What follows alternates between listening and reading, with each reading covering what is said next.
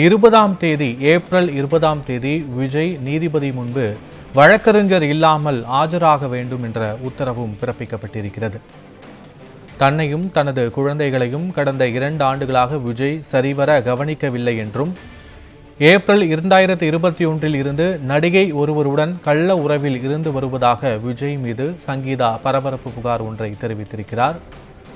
அந்த நடிகையோடு தொடர்பில் இருந்து கொண்டு தன்னை அடித்து துன்புறுத்தியதால் தான் மிகுந்த மன உளைச்சலுக்கு ஆளானதாகவும், குழந்தைகளையும் அவர் சரிவர கவனிக்கவில்லை என்றும் சங்கீதா புகார் தெரிவித்திருக்கிறார்.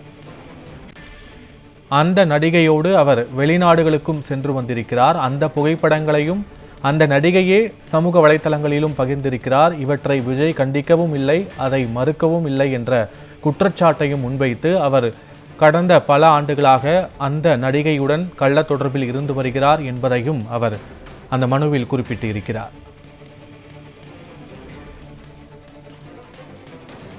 மேலும் நடிகையுடனான உறவை கைவிடுவதாக பல முறை உறுதியளித்தும் விஜய் அதனை நிறைவேற்றவில்லை, காப்பாற்றவில்லை என்றும் சங்கீதா அந்த மனுவில் குறிப்பிட்டிருக்கிறார். தனக்கும் தனது குழந்தைகளுக்கும் குடும்பத்திற்கும் அவப்பெயரை ஏற்படுத்தும் வகையில் விஜய் நடந்து கொண்டதால் தனக்கு விவாகரத்து தேவை என்றும் செங்கல்பட்டு குடும்ப நல நீதிமன்றத்தில் சங்கீதா மனு தாக்கல் செய்திருக்கிறார். விஜய் நடிகையுடன் இருந்த புகைப்படை வெளியிட்டால் தனது குடும்பத்திற்கு அவமானம் நேரிட்டதாகவும், நடிகையுடன் இருக்கும் தொடர்பை துண்டிக்குமாறு தெரிவித்தும் விஜய் அதனை நிறைவேற்றவில்லை என்ற காரணங்களை முன்வைத்து தனக்கு விவாகரத்து கோரி செங்கல்பட்டு குடும்ப நல நீதிமன்றத்தில் அவர் வழக்கு தொடர்ந்திருக்கிறார்.